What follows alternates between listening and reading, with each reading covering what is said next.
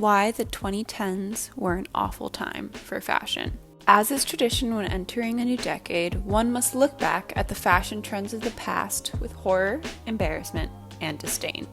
While most of us have become accustomed to people complaining about the fashions of the 2000s, it seems like we've all collectively forgotten just how awful the 2010s were. I genuinely think it may be one of the worst and most uninspiring periods of fashion in like the last 100 years. Don't believe me? Let's take a walk down memory lane. The Lita Shoe. If you had a Tumblr account at any point during the early 2010s, then odds are you saw at least one picture of the shoe a day, and you probably wanted a pair for yourself. During their heyday, you could find them in over 100 different designs, including black, glitter, tan, hot pink, covered in studs, and of course, galaxy print. Did I own a pair? Yes. Do I regret it?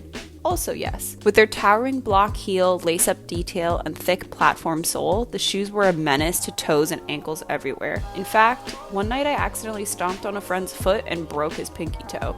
Oops! Jeggings. The jean legging hybrid initially rose in popularity as a response to the rising skinny jean trend of the late 2000s. They were mainly popular for being a comfortable and affordable pant option.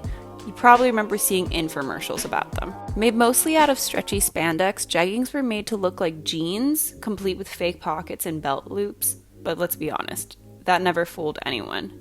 In the wise words of Cher Horowitz, "From far away it's okay, but up close it's a big old mess." Very proud to say that I was never a victim of this trend. Ripped jeans. There's nothing wrong with a little tear here and there, but in the 2010s, we took it to the next level, with some designers making jeans that were more holes than they were denim. The Wedge Sneaker.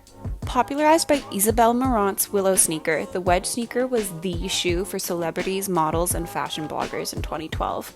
This of course made the shoe too popular for its own good, and soon enough knockoffs arose and other companies decided to capitalize on the trend. I myself owned a pair of Wedge Skechers, which I wore to school far too often. The trend was said to elongate the leg and make you appear taller while still being quote-unquote casual. I don't think so. The heelless shoe. Why we all wanted to look like horses, I will never know. High fashion brands like Alexander McQueen and Jean-Paul Gaultier featured the heelless shoe on the runway, while celebrities like Lady Gaga wore them out on the streets. The strange design may have looked like it was structurally unsound, but anyone who's worn a pair of heels knows that you're usually walking on your tippy toes anyway. Gladiator Sandals. A crucial part of festival fashion in the 2010s, Gladiator sandals are perhaps my least favorite of all the shoe trends. I know that's harsh, but hear me out. First off, they're a total pain in the butt to put on. Secondly, they can really only be worn with boho chic styles of clothes. And lastly, they leave the worst tan lines and blisters. Seriously, why are people still trying to make these happen? It's not going to happen. HighLow Dresses. Don't worry, we can all admit it, we owned at least one high-low skirt or dress. The asymmetric trend was a staple in both fast fashion and high fashion and is still in rotation today. We're not sure why it remained so popular considering the cut rarely looks flattering on anyone. Flower crowns.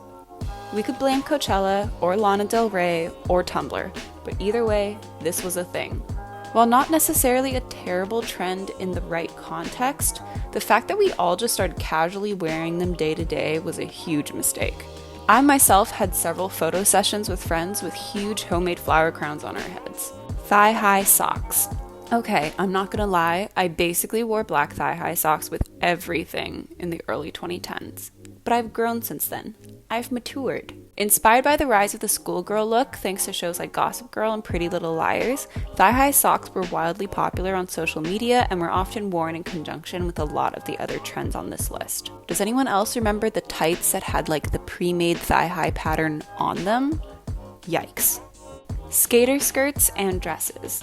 The high-waisted flared style of the skirt is perhaps the most versatile of the trends of the 2010s. It was made in every color and basically every fabric.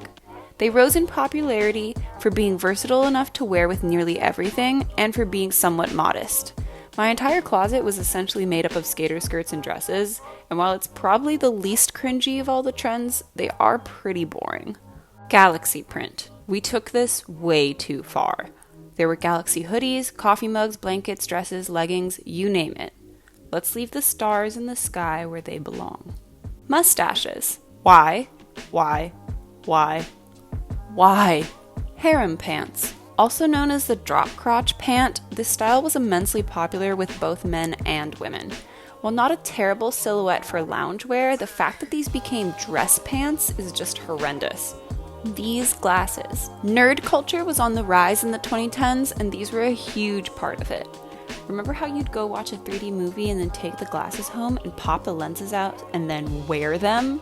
Who told us that this was okay to do?